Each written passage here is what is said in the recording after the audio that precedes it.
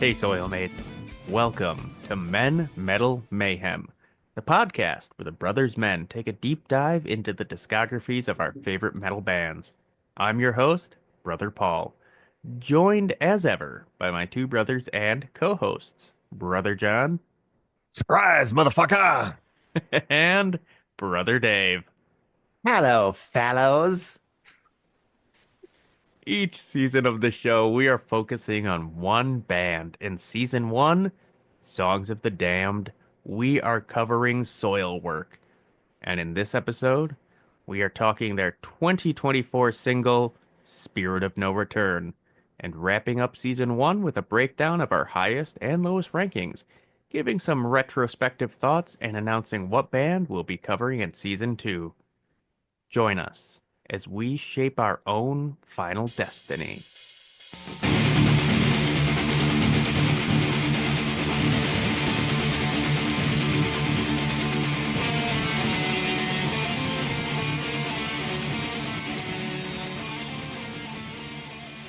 So this single was released October 2nd, 2024.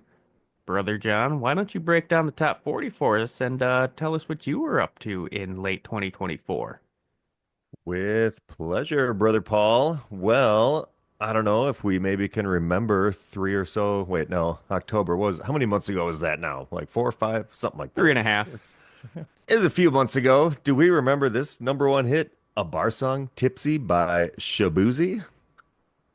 I L- didn't really remember it. I feel like nope. I had heard the name Shabuzi and knew nothing about this guy, but it's one of those sort of country-ish sounding pop songs, Oh, and I sounds like don't a beer remember. koozie of some sort.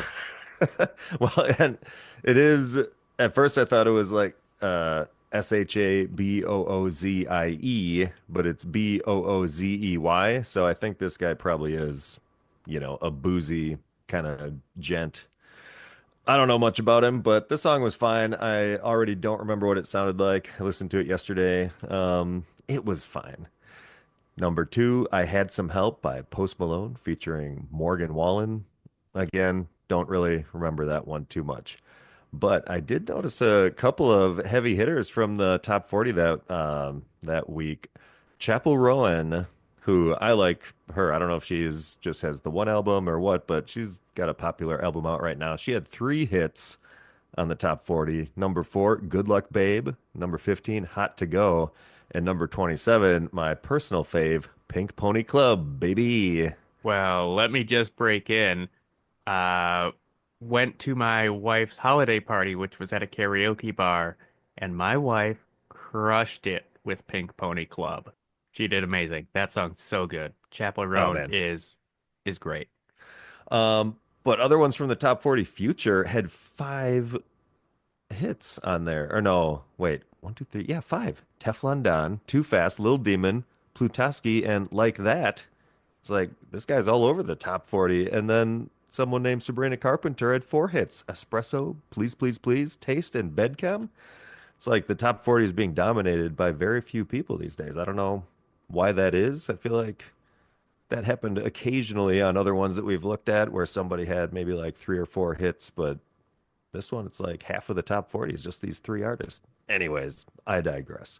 I listened to that stuff. I thought it was all pretty good, except the number one and number two, I was like, kind of forgettable in my opinion.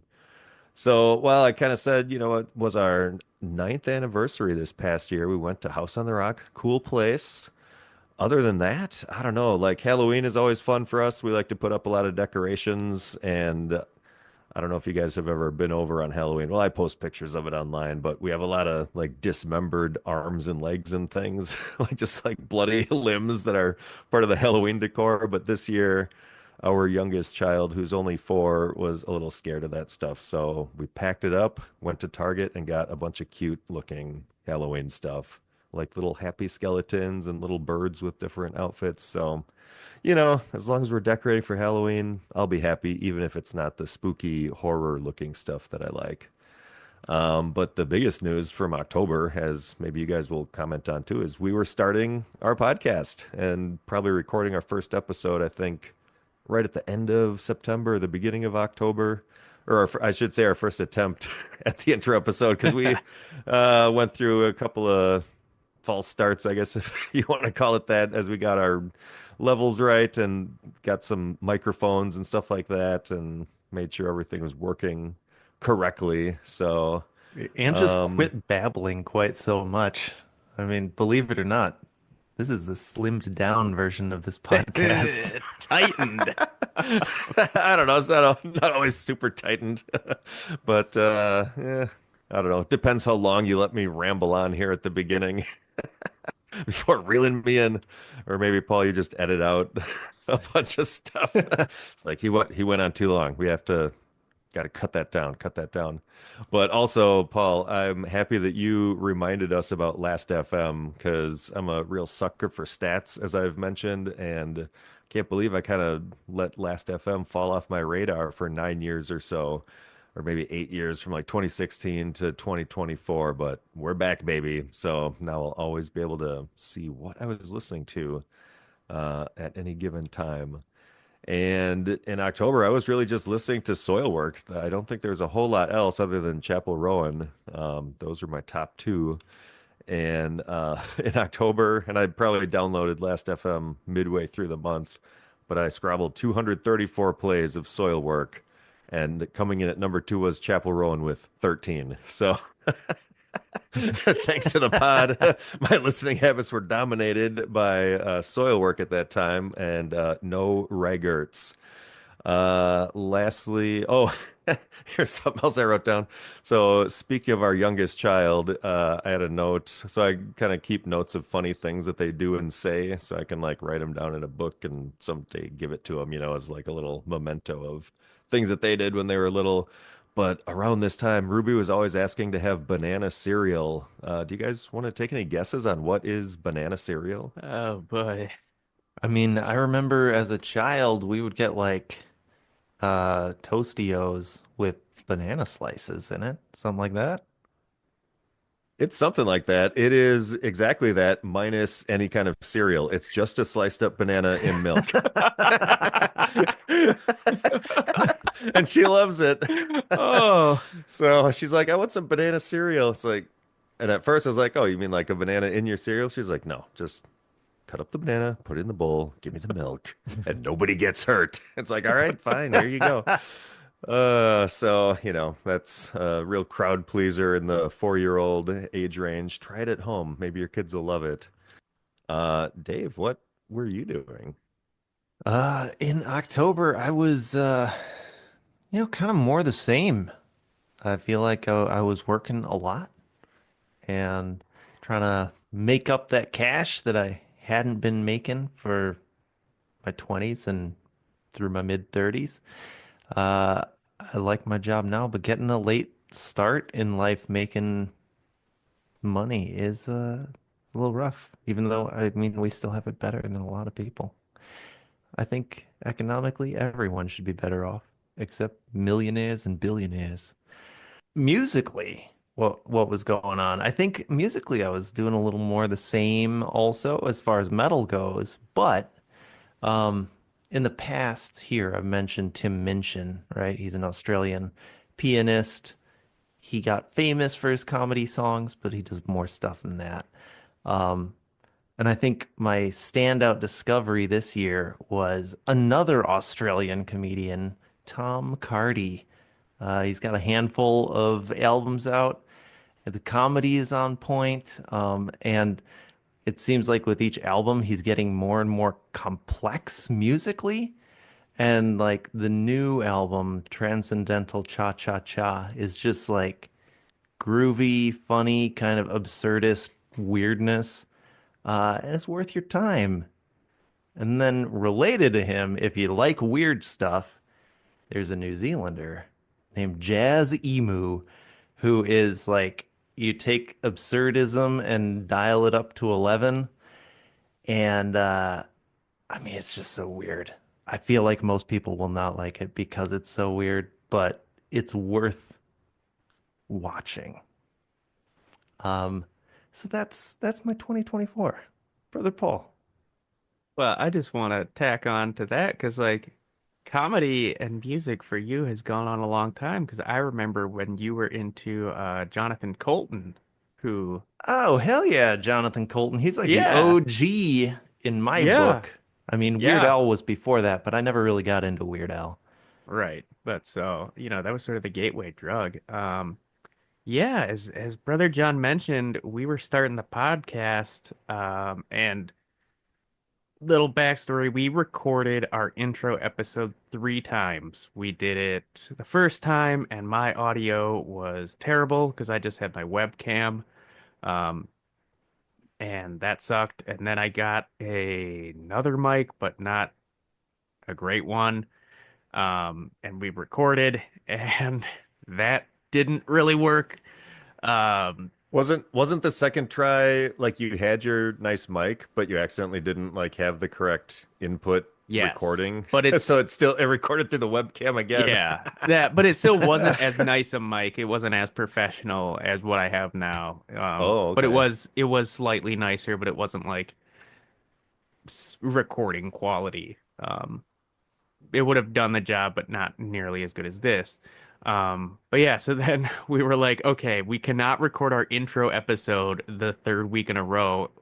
We're just gonna blast on to the first album. We're gonna do Steel Bath Suicide, and then in December of 2024 is when we recorded our intro episode. Um, Again. yes, Yeah. for the third and Third, final time. Yeah, yeah, because I third think time was the charm. you started editing and you were like, "Oh no, this is bad still. Yeah. It's Yep. not good." Yeah. Well, and I think I listened to it, and at first we were like, okay, we could just put a disclaimer that, we had some audio issues and whatever, they're fixed. But I listened to it again. I was like, I don't know. Yeah. I always hate when I listen to a podcast and the sound quality is off. It just kind of doesn't make me want to listen. So it's like, as a service to the fans, of which we may have tens of fans by now, um, we have to do it right. So we slogged through it again. And I feel like we still remembered to say all the hilarious things that we said the first couple times. But They're still funny because we are easily yeah. amused. Yeah. That's true. Can still laugh at our same jokes more than once. I mean, we're brothers in our 30s and 40s. We only have, like 10 jokes each. So, you know. But so outside of starting the podcast with you, I don't know, my year was actually pretty solid. I just feel like I've been embracing my kind of middle age a bit more, enjoying time with the family and also, making time for myself. And musically, I had gone to my first concert in years, and I saw Gary Newman and Frontline Assembly play in March, and God, it was so good. So those guys were dominating my listening for the first half of the year, along with similar bands like Host, which is the dark wave side project of the guys from Paradise Lost, and Peter Murphy, who he was in the seminal goth rock band Bauhaus, and then I was listening to a lot of his solo stuff. In terms of metal, I really got into Insomnium this year. They are just solid melodic death. They're good. And then there was one other metal band that I will mention in just a moment who also dominated my charts for 2024. And with that, let's turn to the year in metal. And in a way, one of the biggest years for our mainstays because Opeth, The Last Will and Testament, guttural vocals are back, baby. And it's a really good album. It So, really is. yeah, I gotta listen to that one. I've been slacking. yeah. I don't think I Gotta find checked the that out time. yet. Yeah, Yeah. It's it's good. Too still much soil work hitting my a player. lot of soil work. After you mentioned the number of plays you had, I looked up mine. I have listened to 2,317 soil work songs since we started this podcast. Oh, let me just here as we continue. Let me look All that up right. Well, for. some other, you get that ready for in a moment. We also had Dark Tranquility coming out with End Time Signals, Flesh God Apocalypse with Opera, and Devin Townsend with Power Nerd. Um, we had a debut from Cemetery Skyline with the album Nordic Gothic. And this is a goth rock supergroup featuring Michael Stane of Dark Tranquility and members of Sentenced, Amorphous, Insomnium, and Dimmu Borgir. Um, and this was the band that was otherwise, besides Insomnium, dominating what I listened to. I think the first three or four singles that they put out that year, those were my top three songs of the year. Um, they're really good. It's just, God, they're a solid goth band that does homages to Typo Negative and the Sisters of Mercy, and I don't know, it's a lot of fun. And then I do want to mention two major metal events that happened in 2024. The first one, Gojira played the opening of the Summer Olympics, and it was fucking electric. You guys have watched that video of them performing, correct? Oh yeah. I don't Yeah, think it's real so. good. Yeah. Like I had heard they were going to. I was like, "What?" And then when I saw the video, like my mind was just blown. It was it was Yeah, great. it was a big And statement too. yeah, I'm not super familiar with Gojira. Like I knew the name. Um, but then seeing them play, I was like, "Oh, hell yeah." So people were what a great event for the metal community as a whole. I got to be that guy that was like, I knew them before they were cool. Yeah. Yeah. I saw Uh them back in like 2009, probably, or maybe, no, it's probably 2008 actually. And saw them down in Chicago with Mike Snodgrass, my law school friend. We both liked metal and would go to shows once in a while, but that was probably, oh man, what was the name? I forget what the name of the album was that came out right around there. It has that song Ouroboros that opens it up, and it's really good. I'm blanking out on the name of the album, but yeah, Gojira, they good. Okay, and then let's the other event, let's just bring it full circle. As we mentioned in earlier episodes, October of 2024 is when As I Lay Dying began to fall apart for the third time, starting with their tour manager quitting, then their bassist, then their guitarist and drummer, and finally their other guitarist who had stuck with Tim Lambesis through all the other implosions of the band. And that whole situation is a clusterfuck with lots of leaked videos of Tim just being a monster. So fuck him And that and that band. that'll that'll kind of went down in October, right? Yeah, And then November 15th they came out the album released Through Storms Ahead. They should have called it Through Storms Behind because all the storms happened like the month before the album dropped. through storms continuing because it is Yeah, not done. that's pretty much true. Well, he said he's going to continue the band, right? I mean, Yeah, maybe he could just play with holograms of the rest of the members or something. yeah, no, what a terrible human. But so let's move on to selected works from that year. Rotting Christ, one of my favorites, came out with Pro Christu. Swallow the Sun came out with Shining. And this is one that I got turned on to. God, I think it was maybe somebody on Threads told me about this band. Counting Hours came out with the album The Wishing Tomb. And this is two of the guitarists from Rapture. So I I'm gonna have to check immediately that out. put it on and I was like, oh, it's not you're never going to reach that level, but it's really good. So, Counting Hours, The Wishing Tomb, I think it's their second album. And yeah, I was glad to get that recommendation. Um, and then Matter Mortem, Old Eyes, New Heart. I know back in the early 2000s, what was their one album that, Desiderata, yes, maybe. Desiderata. That was a big one. A And it's huge nice to one. see they're still around. Yeah, Uh, they are a little slower, I think, on releasing albums than a lot of other bands, but when they do come out, they're always so good.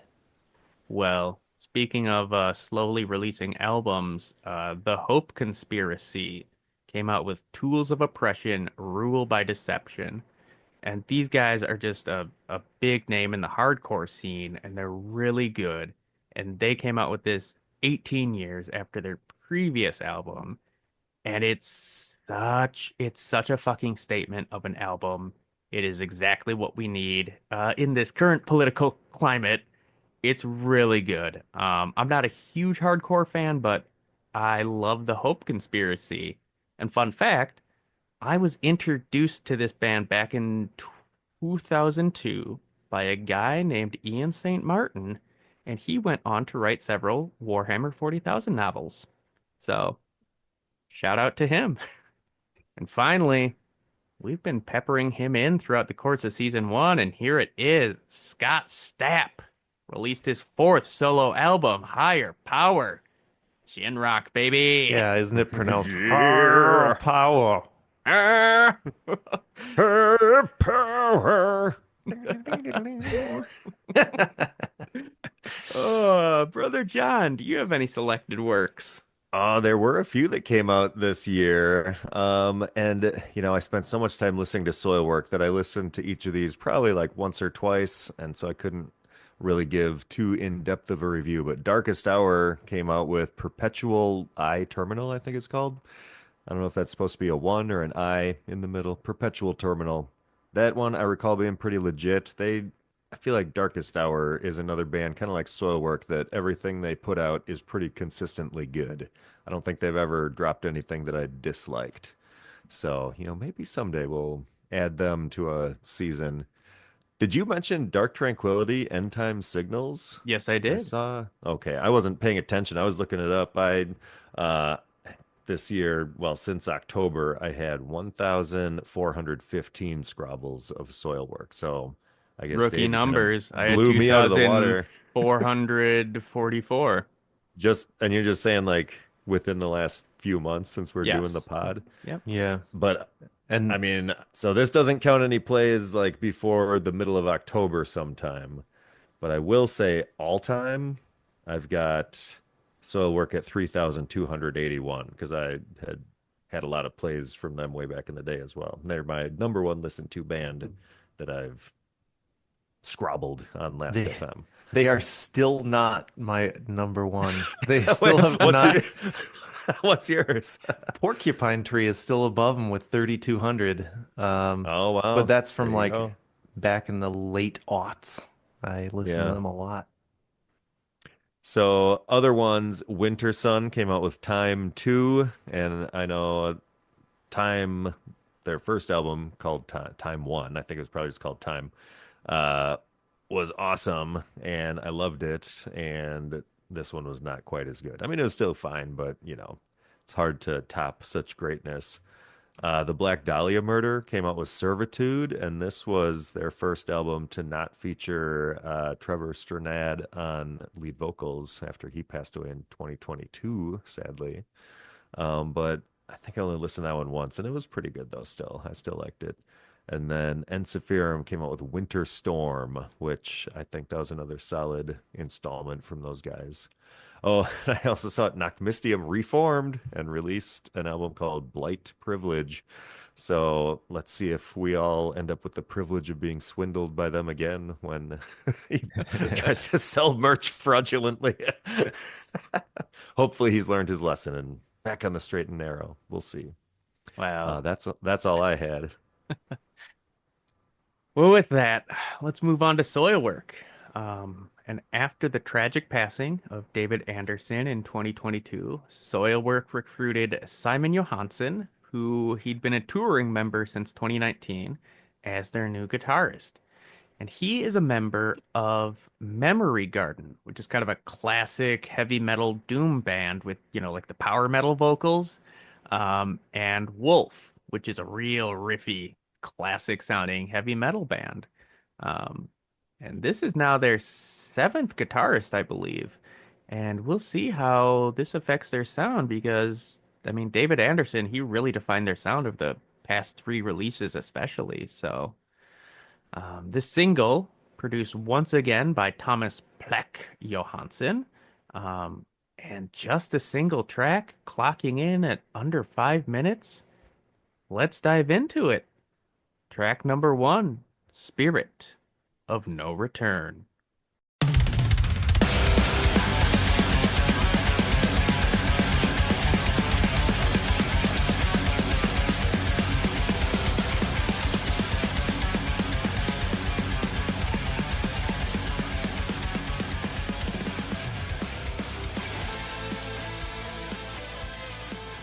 Brother John, kick us off on your thoughts. Oh, will do. Well, I was excited when this one came out because actually it was, it dropped kind of with, at least I had not seen any like fanfare that it was gonna be coming, and then all of a sudden we had just decided we're gonna do this podcast. It's like, oh my God, a new song by Soilwork. Check it out. And guess what? It fucking slaps. Um, and now having just listened to a lot of their Overgiven hating. I feel, and I, had some complaints that they're kind of getting away from their more metal sound. But this is a spirit of a return to a little more hard edge sound that, had kind of tapered off. So I was pretty excited with the direction that they seem to be returning to, kind of mixing the old and the new. They're not totally giving up on what they've been doing lately, but bringing back a little bit more of that thrashiness from some of the earlier stuff. Um, they have some cool synths filling out the sound in some different parts. Like at a minute 46, there's some cool stuff they're doing with that. And then at 2:42, there's this awesome bass slide. And in we'll talk about the music video, but they kind of highlight him doing the bass slide in the video, which I thought was fun. At 2:25, there's a fun discordant pick scrape kind of thing. I don't know if that's kind of like the Gojira pick scrape, maybe, but It, I think um, it's kind of the same technique, and it's just done in a different place on the neck, so it ends up having a different sound. So persistently pulling me in the realm of nothingness. So I yeah. I had that it's at 3:25 and in the video it is Sylvain who's doing that and I read written you wonder if he's like kind of giving the middle finger to Gojira saying like yeah I make this noise too. I Frenchman we all make the noise. I do it better. It's I do a different noise. it wasn't the Gojira pick scrape. It's just a French scrape. Yeah. Now we know. So I think that's pretty. Oh, and this one has a bop of a chorus too, which I like. And I think the first time they do the chorus, it's just short, and you're like, "Oh man, come on, keep doing the chorus." But then they come back and they do it for a little bit longer, so you get your fill by the time the song is done. If they come out with a whole album of songs along these lines, I will be absolutely pumped. So I don't think I'll have any complaints at all for an album like that. And according to blabbermouth.net, or they had an article that was referencing some interview Bjorn had given, and he said that the album would probably come out around spring of 2026. And he was kind of up in the air, I guess, about what musical direction they're going to go. Sort of, they'll see how it shakes out, I guess. But I guess this, to me, is a good indication of great things to come. So I'm excited for whatever might come out hopefully before 2026, but it sounds like 2026. What do you guys think of this one? Dave, you tell us your thoughts first. A lot of the same thoughts as you have. This song fucks. It's so nice after the lull that we've had with Verkligheten and Overgiven Hayden. Um, to I thought know, Verkligheten was not as much of a lull after I listened to it more, but I mean, it's it's still a lull, right? We're saying it's more, it's got a yeah. lot of hard rock stuff in it. Like Well, this yeah. is this is unabashedly metal. And Yep. Yeah, fair. it is mellow death too, right? Like they've got the great dual guitars and the synths going along with that. They're back throwing in lots of layers of lies. Um, Another big singy chorus. Um, and one thing I really liked is in the pre-chorus, they've got these two offbeats that they hit on it. Um, that I don't know, they just it has such a groove to it. So persistently pulling me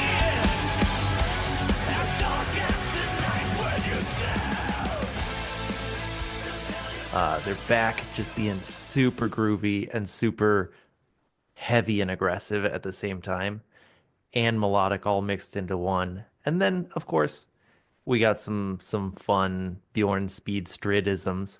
We've got a big oh going on there, and the classic fade out is back, baby. I think the only Oh, thing that I this didn't even notice it. oh, it's very prominent too. It's a long fade out. Yeah. I think the only thing that we're missing, which we have been missing for several albums now, is pinch harmonics. Yeah. So I'm Hmm. hopeful that the new album brings them back. I feel like I've opined that Sylvain was the more metal of their two guitarists, and now if what'd you say, Simon. Simon? If he's kind of a more classic metal dude, I'm feeling good about the direction we're heading. Well, Well, yeah. and I he mean, looks like a old metalhead, doesn't he? He has Oh like long yeah. hair and a yeah. They beard and stuff, so he's got the look. This band got so much hairier. Yeah. They said, all right, we could have one beautiful person, and that's Bastion. Protect him at all costs. Everybody else. Well, Sylvain is like sort of a silver fox, That you is know. true. He's God, he's also a Absolutely. Sylvain. beaut, but he's older, you Yeah. know. Um, So I think silver fox is the right word yeah. for that. That is very true. But yeah, they're like, all right, we need some big old hairy dudes. Yeah. So I listened to both Memory Garden and Wolf, which are Simon Johansson's band, and I was like, yeah, this is like classic kind of 80s, 90s classic heavy metal. So I was like really interested. How's that gonna play? And this single, it's doing it right. Um, the first 20 seconds, it's just such a real return to the early days of just like this chaotic, thrashy sound. And actually listening to it right before, I was like, are there hints like this could almost be something off album by The Haunted. Um, Hmm. yeah, that Hmm. struck me. I was Yeah. like, ooh, this is giving me those vibes. So the first 20 seconds chaotic, and then it goes into like this soaring melodic part. And I'm like, oh, they're really tying together all their eras. Because then they go right back to the chaos. I mean, they got the big chorus. Sven Carlson, they never put him back in the freezer because he's all over this. He's Yeah. got those at the 1 minute mark. Got kind of the big 80s solo again. This is it's a fucking statement of a song, and they're back as a mellow death band. And I liked Overgiven Hayden a lot. I like that sound, but it's really nice to hear them kind of be more metal again. Um, yeah, this is a wonderful return to form, kind of bridging all their eras and like it makes me excited to see where they're gonna go. So with that, let's open up our segment. Video killed the Mellow Death Star.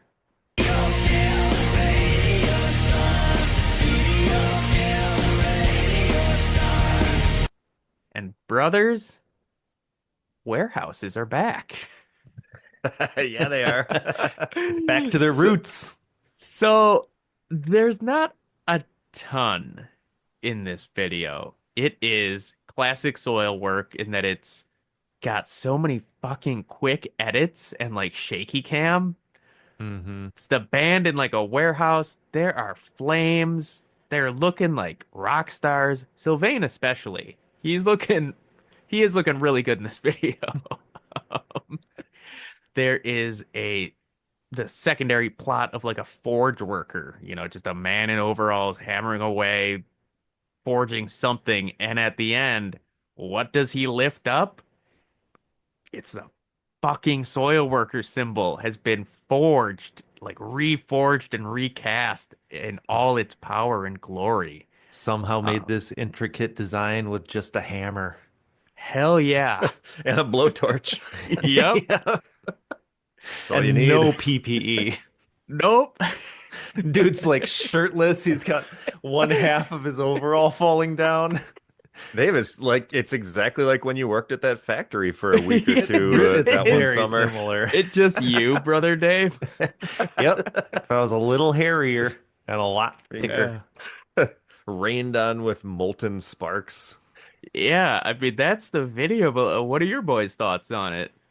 Yeah, it's fun. I mean, there like not much of a narrative or a plot Yeah. line or anything, but it's kind of a solid metal band music video. Yeah. And I mean, this video is why I said that they got so hairy. Like their new Yeah. bassist and their new guitarist, just very hairy, beardy guys. Whereas Dave Anderson, bald. Speedstrid, bald.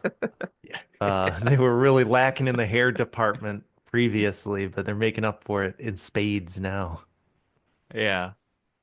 Um, God, so that's the track by track for this week. And given that this is a single, we're not going to be giving it a full ranking, like we would with the album. But can we all just agree, like this song fucks? Like Absolutely. that's I our mean, highest ranking for a song, I think. But I'd like to stand on that thing. I mean, I would say they do have better songs, but this is definitely in like their top quartile of songs. Wow, John getting surprisingly negative here. oh boy, Not even negative. I mean, like, are you guys saying? I mean, this song sticks in my head and stuff, but like, are you saying this is like top five Soilwork songs? I'm saying you can have more than one song that fucks, right? Well, Like I lots of suppose. people fuck every day. Well, that's true. Uh, all right, this song fucks. okay, we You bullied convinced you me. Peer into it. pressure. Yeah. Um, Once in a while, I don't know. I'll just like not be the most positive for some reason. I don't know. Maybe I have a brain tumor or something that's affecting my judgment. Yep. Those worms. Got to get that oh checked out. Oh, I could yeah. be in a cabinet position. Well, as Brother John referenced earlier, the band said they will not be releasing any new music in 2025, but as soon as their new album drops, we will convene an emergency recording. Oh, gonna have to. Because Soilmates, we are reaching the end. Hey, Soilmates, we're facing the end. We're down low, no use to pretend. A bitter message. And we are now going to wrap up season one. And before moving on to our individual thoughts, I thought I would start with some numbers. We spent 15 episodes on Soilwork, 12 albums, one EP, and one single. We recorded our Steel Bath Suicide episode on October 15th, 2024, and here we are 3.5 months later on February 2nd, 2025. So, out of the 13 rankings we gave, we are going to reveal our top four and our bottom four albums, starting with the ones we rated lower. Tied at number 10 and 11 with a 3.7 average ranking, The Chain Heart Machine, and A Wisp of the Atlantic. Number 12 with a 3.2 average, Steel Bath Suicide. And number 13, our lowest ranked album, Sworn to a Great Divide, coming in with an even score of 3. It was buoyed by a strong ranking of 4.5 by Brother John. I still like that one. It has fun solos. Maybe they're not the craziest, but I would put that on and still listen to it. But I will think about how much you guys hate it every time I do. And it does have sort of a weird guitar tone that detracts, which was part of the hate, I think. But Absolutely part of the hate. I didn't hate that nearly as much as everybody else. Well, now let's move on to our highest ranked ones. Tied at number 3 and number 4 with an average of 5.7. Figure number 5 and The Ride Majestic. The Ride Majestic moved up recently due to me bumping its score up last episode. That one had haunted me that I had rated it so low. Yeah, and I had to move that up to a solid 5. Coming in at number two with a 5.9, The Living Infinite. And our highest ranked album with a chart breaking 6.1, Natural Born Chaos. It's a good one. Yes, it is. We're gonna put the whole ranking chart in the show notes and on our socials, and I think we'll also maybe compare versus the original Reddit post that we had, which kind of kicked this all off, and see where we ranked versus where they ranked, and hopefully generate some conversation about that. But boy, now let's move over to some individual thoughts about soil work as a whole, the podcast generally, and then when you're done with your thoughts, I had asked each of us to assemble a 5 song soil work EP. And I kept the instructions rather vague as to how you wanted to assemble those 5 songs. Um, so I would love to hear which ones you picked because I'm dying to know if we have any overlap. So let's start with Brother John because, surprise, surprise, you had the highest average ranking of all of us brothers with an average of 5.2. And your highest ranked albums were Natural Born Chaos and The Living Infinite, both of which broke the scale with 6.66s. Brother John, Hell yeah. take us away. Sure. Well, first of all, let me just say, Hail Satan. I love Soilwork, probably my favorite band of all time. And thus, it was only natural that at least a couple albums would get a 6.66 from me, the mold breaking rating that I just couldn't help but dish out to a couple of my favorite albums. And, before we started recording any episodes, I think we listened to each album probably like at least once, and then we gave sort of a quick synopsis of what we thought our ranking of them was. And at the time, I had Natural Born Chaos at the top, and then Predator's Portrait, then Figure Number Five, and then The Living Infinite. But you know what? After doing this whole podcast season, I gotta say, The Living Infinite is my number one Soilwork album. That one, I feel like that's the best, in my opinion. And Natural Born Chaos is a close second behind that. And you know what? I think I would even put The Ride Majestic at number three before Figure Number Five and A Predator's Portrait. So, those kind of mid-era Soilwork albums, Living Infinite and Ride Majestic, they surpassed my expectations, and I'm glad I dove into them so much with you guys to really discover how many great gems were on there. Let's see, what other thoughts? I don't know, Paul, you had mentioned how you came back and increased your rating for the Ride Majestic, and I did recently re-listen to Stabbing the Drama, and I had rated that a 4 at the time. And I feel like maybe I was being a little uncharitable. I do feel like that album has some flaws. They could have thrown in way more solos, and the drums, although technically proficient, sounded like the way they were recorded sounds a little funny.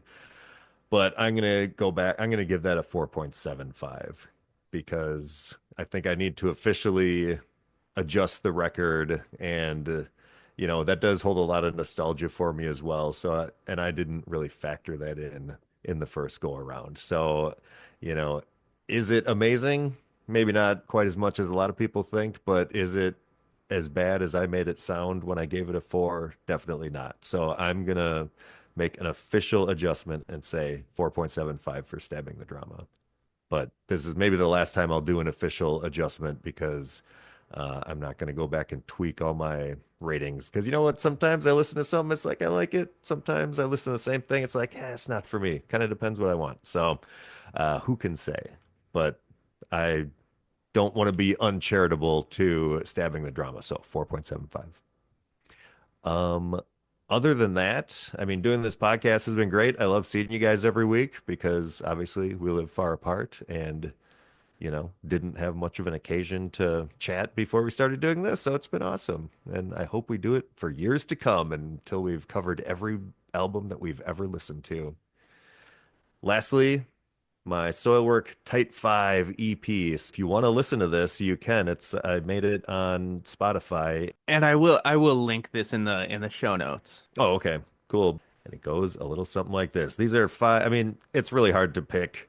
I probably started with at least like 20 songs and just kind of culled through till I found ones that I thought were maybe like the cream of the crop as far as songs that I really liked, also spanning different albums to mix it up a little bit. And I thought, generally speaking, kind of flowed well as a 5 song arc.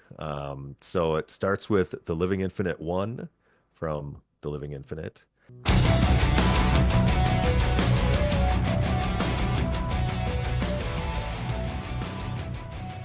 And then As We Speak from what the heck album is that Figure from? number From 5? no, No, from Natural Natural Born Born. Chaos.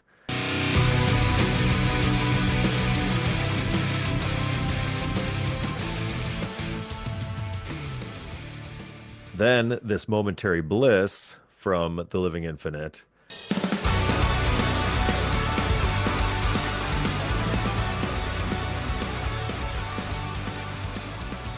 And I had that one and Needle Feast on there as potential, but they both have a very similar, if not identical, guitar riff. So I went with This Momentary Bliss because it just fucks so hard. Then Downfall 24 off of Figure number 5.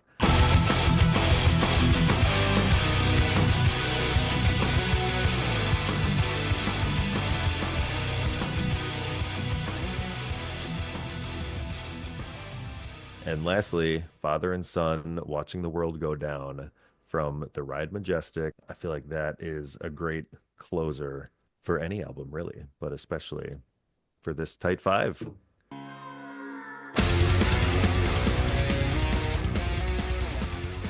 Wonderful choices. I'm excited to listen to that as you have it tracked. So let's move on to Brother Dave, who had an average ranking of 4.4 and whose highest rated albums were Natural Born Chaos and The Ride Majestic, each scoring a 6 from him.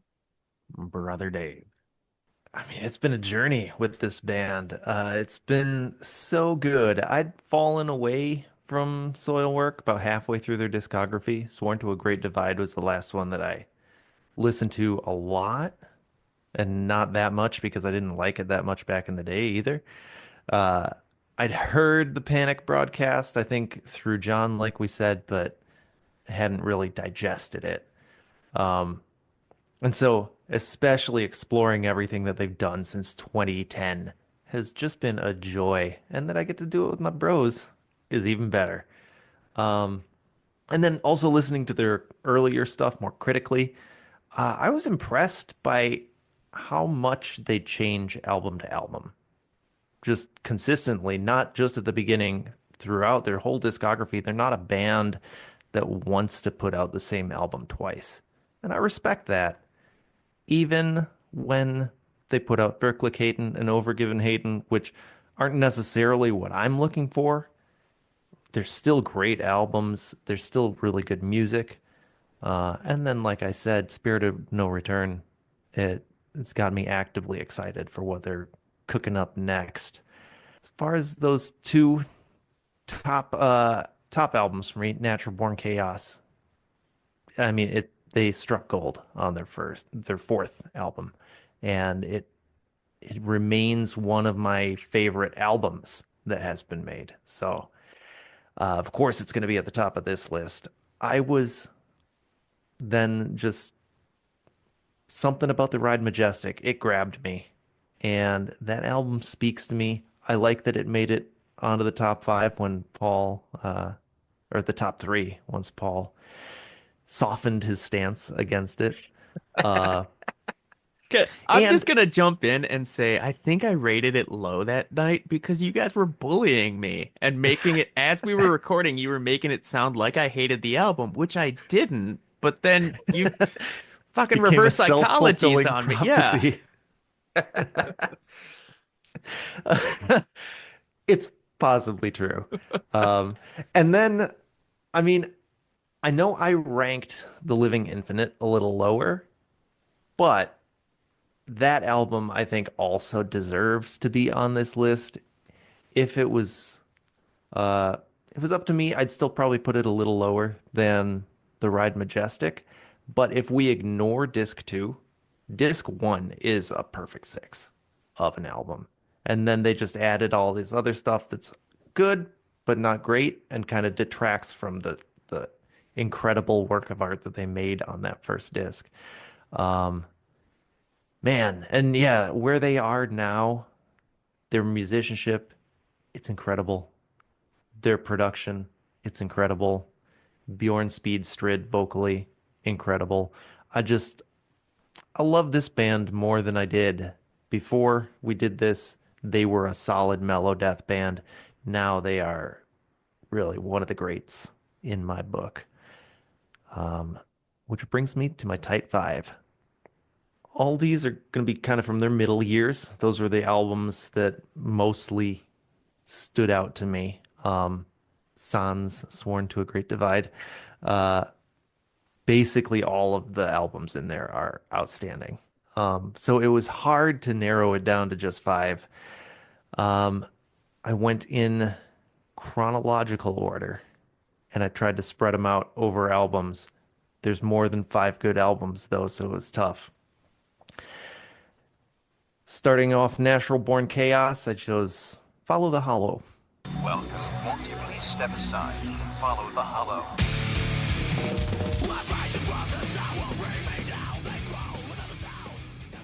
It's a banger of a song. It highlights their off-kilter nature that was key to a lot of their earlier stuff, but like merged with the better songwriting and vocals of their mid and later work. Uh, just a great song, and it's a great start to Natural Born Chaos. I think it's a good start to my EP as well. Then Figure Number Five and Stabbing the Drama. They're both good albums. They're both really good, but they're not usually the first ones that I think of when I think of Soilwork. Uh, and they're, even though they're different, they're kind of linked in my mind as kind of same era. So I had to choose one song off there.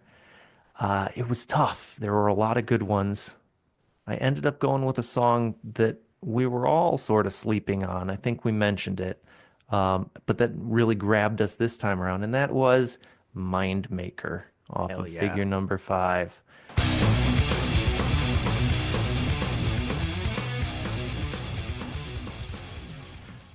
Just, it's a banger that goes hard and, highlights their solid songwriting, their great choruses from this period.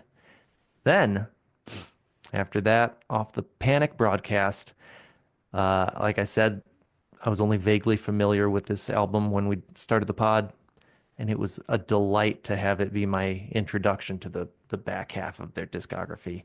And so I chose a song that highlighted the evolution that they kind of made between albums. Let This River Flow.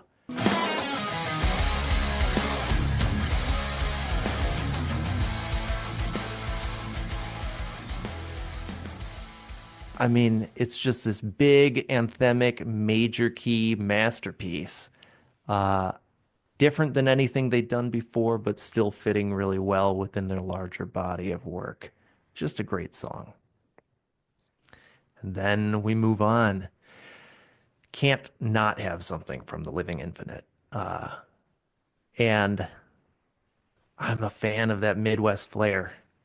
Had to choose something with those jangly guitars that they started working in around this time.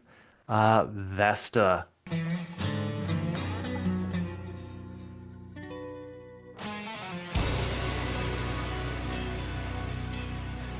It's got just a big intro, aggressive but catchy riffing, primal drum beats that are like peak Dirk Verburen, pinch harmonics all over the place, aggressive and raw vocals with a big with a big with a big It's staying in. Also, with a well, big no. squid. Did you say Midwest flair? Did you mean Southwest flair Did I say before? Midwest? I meant You did. Southwest. Oh, God damn it. So since we're calling out your vocal flubs I know or a The couple whatever. Midwest flair's the man eating a brat. and so, yep, some squeaky cheese on the side. Got that squeaky Oh cheese man. sound in there, son. Good Lord. I mean, ah, yes, Southwest flair. Um, there's so much going on here, right? It's also got, I think, Living Infinite is one of their albums that has the most layers of lies going on, and I love that about them. Um, yeah, I think this song highlights the best parts of their aggressive songwriting post Witchers. And then lastly, I was very tempted to put on Father and Son Watching the World Go Down because that is a great closer. And I had to choose something off The Ride Majestic because I love this album. Um, but I thought Paul might put that on there and I wanted to diversify. I wasn't sure what John was going to do. So instead, I chose Death in General.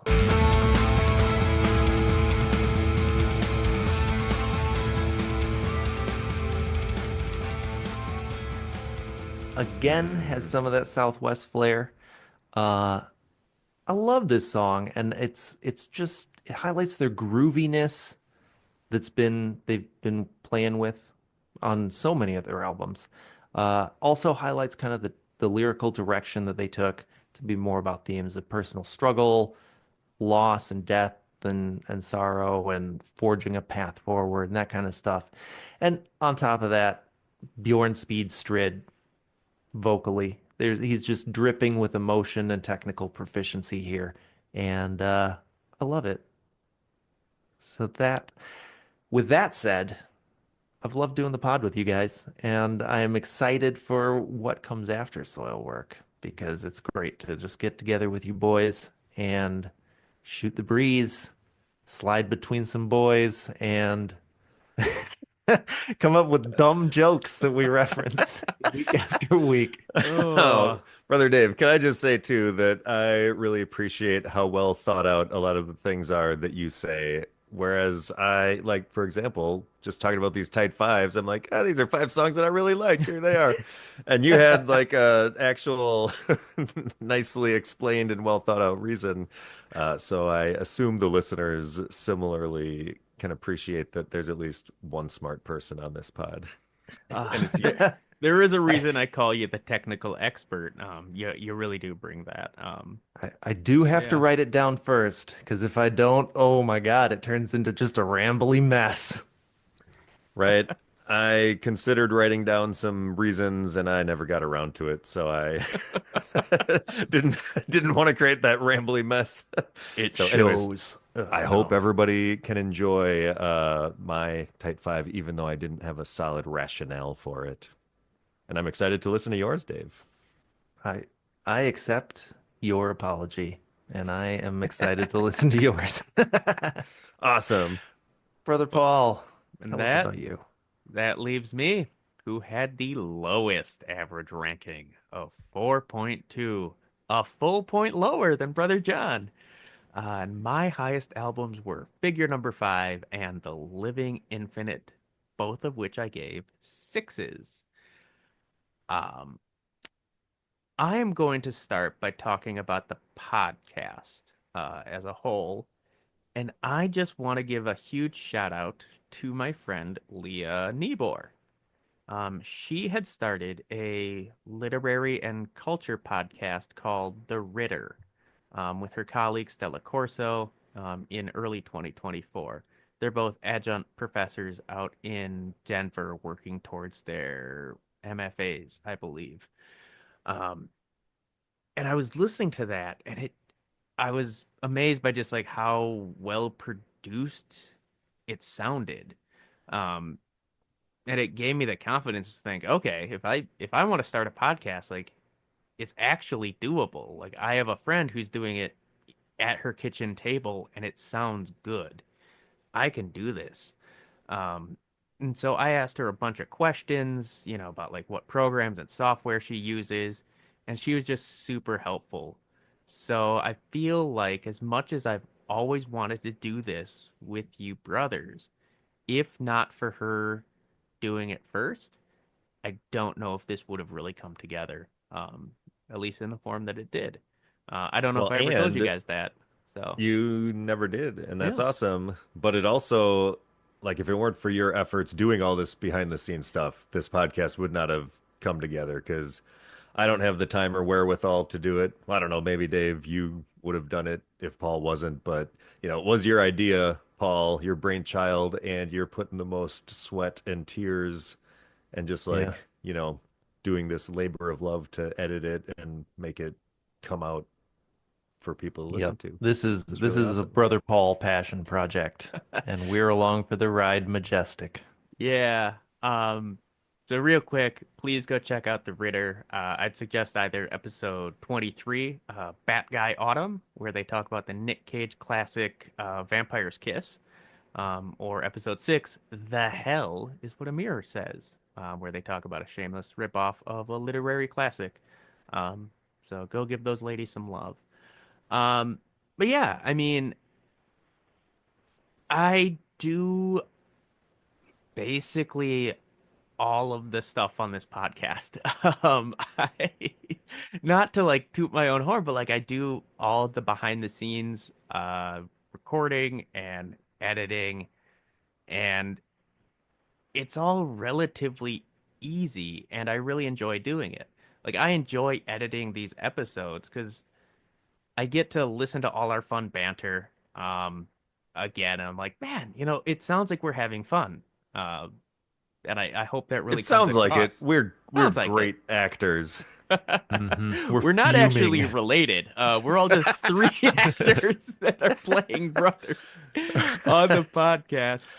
And when I'm editing the episodes, I often have to listen to, big chunks of the album another time to like find the timestamps to put in. And then I'll just be like, oh yeah, this and it reminds me like, oh yeah, these songs are still really fucking good. So it's like kind of a nice way to, we'll do the album and then I'll edit it a couple weeks later, and it's a kind of like a way to say goodbye to the album. So I'm like, oh, I get to listen to it one last time before, moving on. And that's just a pleasure. It's also nice how inexpensive this all is. It's all relatively like the biggest cost I think was the Zoom license, which we split three ways. And then the microphones and whatnot. But yeah, it's all pretty easy. And I genuinely enjoy editing. I handle all the social media stuff, and that's great. I interact with people on threads, um, and it's great. And I'm finding all the anti-fascist, anti-racist metalheads has been very nice. Hell yeah. But so kind of getting to know the community on social media and just seeing like, oh yeah, there's like some really cool chill metalheads out there and like good people. Like I enjoy that. Yes, I wish we got more traction and that we had thousands of listeners, but I'm good with the 30 to 40 we have right now, and we're just gonna keep consistently doing it. Like, 'cause this is fun, you know? Um, so that's my rant I'd probably, about, s- I would probably still do it if it was just us three listening. And I yeah, do listen to the pod and I laugh as I'm listening to our episodes Yep. at my own jokes yeah. and your guys again. But I don't know. It's just fun. So Soilwork specifically, I really can't think of a better band we could have started with. Um, they are a band that puts out consistently good stuff, and I'm just gonna echo a lot of what Brother Dave said. They have evolved so much from their founding, and we talked a fair amount of shit about like Amon Amarth and just putting out the same album year after year. Soilwork has never really tread water with their sound. I mean, they have certain hallmarks that carry over album to album. Big swelling chorus, big slowdown before the solo. Uh, the, the relentless double kick during the quiet parts, but each album feels pretty distinct, which I think is pretty rare for a band. Like I love Dark Tranquillity. A lot of those albums sound pretty similar. Um, Hmm. and in terms of just so there's this consistent quality to them, but their evolution and how they can just make it so distinct is it's pretty fascinating and great. Yeah. A lot of diversity for being Yeah. consistently good. Yeah. Hmm. And then my two favorite albums I'll talk about briefly. Like Figure Number Five, that was my Soilwork album growing up. That was the first one I got. I listened to that all the time. Listen to that episode. I talk about some, I have some really fond, strong memories of that album. It's got tons of synth, so you know that I'm into it. I feel like probably for the fans, the wider fan base, it's maybe not the favorite because it is so synth heavy, but like I was super into industrial and like gothy European music. So what a great entry point into this band for me. Um, and then The Living Infinite is maybe their most technically proficient. It's so good. It sounds amazing. And it came to me at a really low point in my life. Um, and the song's just like, oh, it could kind of shake me out of whatever deep, dark depression I was in because they're so fucking good. It sounds really, really nice. It's a nice sounding album. And I think there's like two or three songs on that album where like, oh yeah, this is the best chorus they've ever done. Um, and I can say that about a couple of their songs. They're so big and catchy. Um, so yeah, I love that we did this band. And I'm excited and also a little nervous about where we're gonna go from here. And we'll Yeah, we see if peaked early. yeah, see see if we Yeah, it's give all out downhill more from here, guys. see if we give out more negative ratings on future seasons. But with that, let's go over to my Type 5 EP that I created. And I really did try to structure this as an EP with like a beginning, a middle, and a distinct end. I Is also, song four just the second half slowdown? It's just a yes, it is. dud. You Yep. chose the I fretting chose an Olaf special. Renning. A real clunker. Yeah. Skip. Just one of them's like a 2 minute long instrumental tag on that Yep. could have been part of a different song, but it was not. No, so I kicked it off, and I didn't struggle too much with this, but having grown up in the era when you make mix CDs, you always wonder about, well, which one is going to be the intro song? That's the big one. You got to Yeah. catch them. Um, and I actually had a hard time, so I chose track number one, Rejection Roll from Figure Number Five.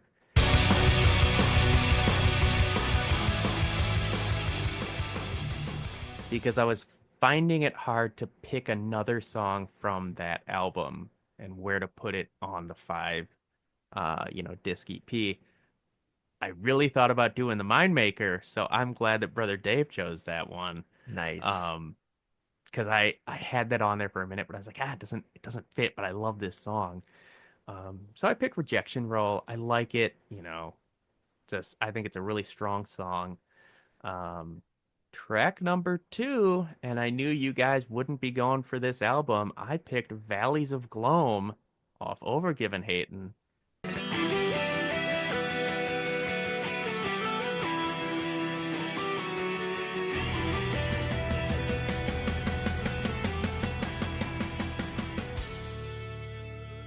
I love that riff. That gets stuck in my head all the time. This is a really good song. And Glad we got a then, little love from some of their later stuff. yeah, like, yeah, they kind of turned into a hard-ish rock band. I really enjoyed Overgiven Hate. And when we did the first listen through, I had that one ranked as like my second favorite. It's dropped, but it's still really good, and I enjoy it. I enjoy it. I think Yeah. especially the first four or Hmm. five songs are really strong.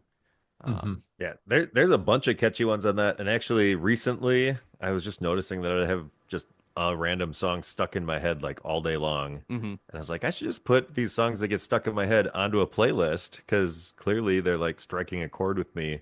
So I only started this recently, but there's four songs off Overgiven Hayton on my stuck in my head playlist. Yeah. So, they do stick with you. They are catchy Yeah. in a good way because I wouldn't add some bullshit to this list. It's like Right. stuff that's stuck in my head that I like and would want to hear again. So track number three, I don't think we've picked one off of this album yet. I chose Weapon of Vanity from Stabbing the Drama.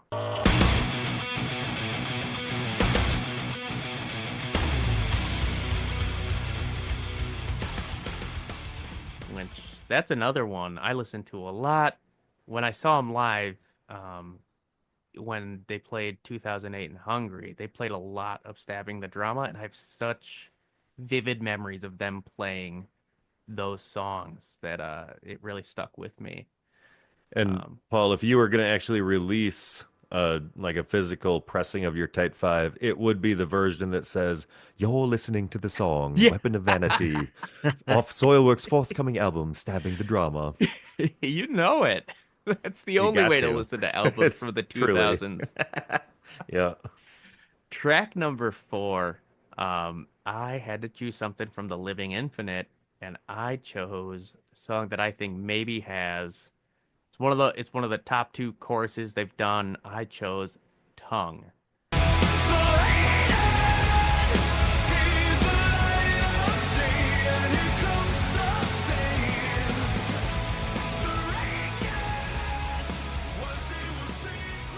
Um, Great song. Great song. I love the sound of I think it's the cymbals on that.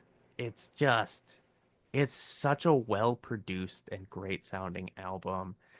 And honestly, Brother Dave, I thought you were gonna choose this one also. I'm surprised Brother John did, but not that surprised. Track number five, Father and Son Watching the World Go Down.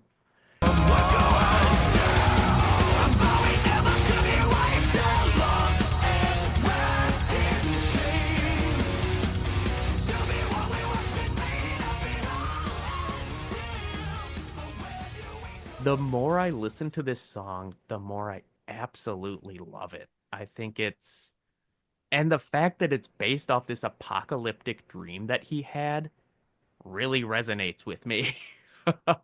So I love that song. I think it's wonderful, and it's a great way to close out an album or an EP. It's one of the few truly good closers they've ever done. Yeah, I thought about doing Soil Workers' Song of the Damned because I love that one too, and it has sort of similar vibes in some ways, I Yeah, think, but just musically, it didn't seem to flow as well with the other songs on it, so yeah. Well, had to decide. I think I Yeah. might close out this episode by using that song instead of the music that is usually provided by Brother Dave. So we will see. Because that is my type five. And on that note, our time with Soilwork truly draws to a close. So let's talk Until about, spring 2026, yes, then until we'll be spring back, baby. 2026. Um, Season one, part two. so let's talk about who we are going to be doing next season.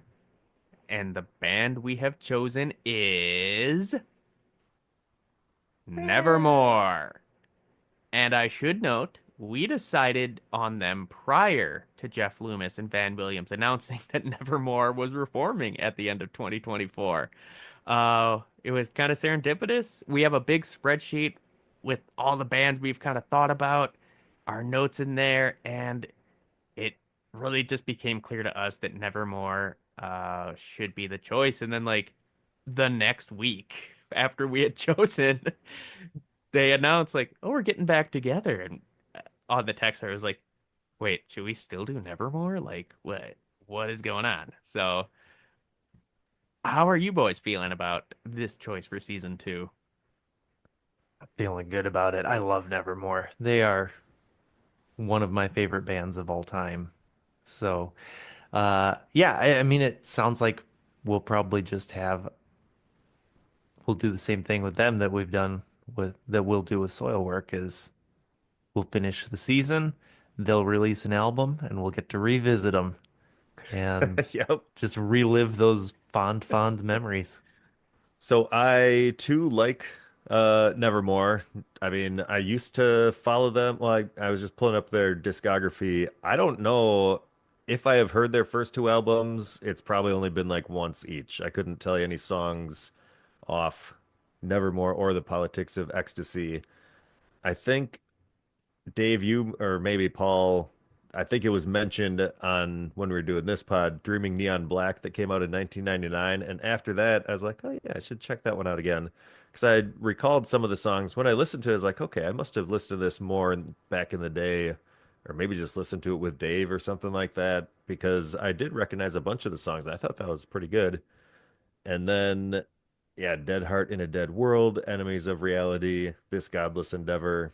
I know I've listened to all those a ton, but I probably haven't listened to any of them, at least not that much in like the last 10 or 15 years. So it's been a while since I really dove deep with Nevermore. And then The Obsidian Conspiracy from 2010, I don't really remember much off that. I know I have it, but so I'm excited to revisit these guys, and it'll be maybe a little similar to Soilwork, kind of hearing some of it for the first time, or, you know, first time really diving into it. So who knows? Maybe I'll have some lower rankings because they're not one of my all-time favorite bands, but they are one that I have enjoyed a lot over the years. Maybe I'll be back with a bunch of 6+ rankings. Only time will tell. You'll have to rebuild the scale. Yeah. Because, well, before we dive into Nevermore, we're just going to be doing a quick little mid-season palette cleanser of one-off episodes about various bands that we have referenced throughout season one.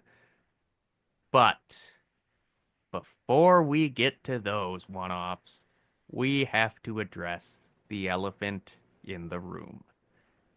Brother Dave, early in the season, you made the very bold assertion that, quote, Spineshank is the original Soilwork, end quote. Well, well, And this was a then, 2013 assertion that you yes, Yeah, that doubled you down brought on, up. and you reaffirmed your position here on the show, yes. which I thought was ludicrous. I had to stand by it for my So we are my going own to integrity. we're gonna Yeah, have to dive into that to see what in the heck are you talking about. Yeah, I'm gonna have to put your ears where my mouth is or So, something. Um, we'll see. so next week we will be releasing an episode where we dive into that claim and just kind of get at what Brother Dave meant, and then we'll listen to a Spineshank album, and I think we'll rank the album as an album, but also have to rank it compared to Soilwork, at least compared to some of Soilwork. I could offer a theory right now as to what maybe I was thinking in 2014, but maybe I'll keep you in suspense for one more I week. think you will. Um, all right. Well, Soilmates, we've reached the end for Soilwork. Stay tuned for the next episode where we will dive into Spineshank's crushing 2000 album, The Height of Callousness. Until then, stay metal, my brothers. Hell yeah, brother. Hell yeah, brother.